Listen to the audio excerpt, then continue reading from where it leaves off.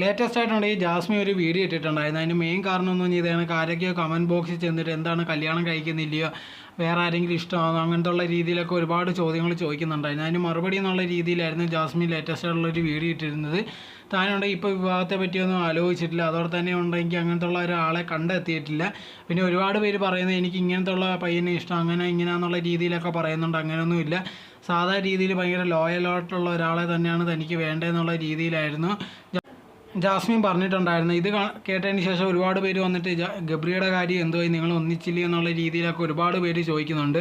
അതിനെ പറ്റിയുള്ള മറുപടി ഒന്നും ജാസ്മിൻ ഇതുവരെ പറഞ്ഞിട്ടില്ല. എന്തായിരുന്നാലും നേരത്തെ അവർ പറഞ്ഞിട്ടുള്ളൊരു കാര്യം എന്ന് പറഞ്ഞാൽ അവർ വേർപിരിഞ്ഞു എന്നുള്ളത് തന്നെയായിരുന്നു. അതിന് ശേഷം ഉണ്ടെങ്കിൽ പിന്നെ അവർ ഫ്രണ്ട്സായിട്ട് തന്നെ ഒന്നിച്ചു. അതിന് ശേഷം വേറെ ബന്ധം അങ്ങനത്തെ ഉള്ള കാര്യങ്ങളോ ഒന്നുമില്ല.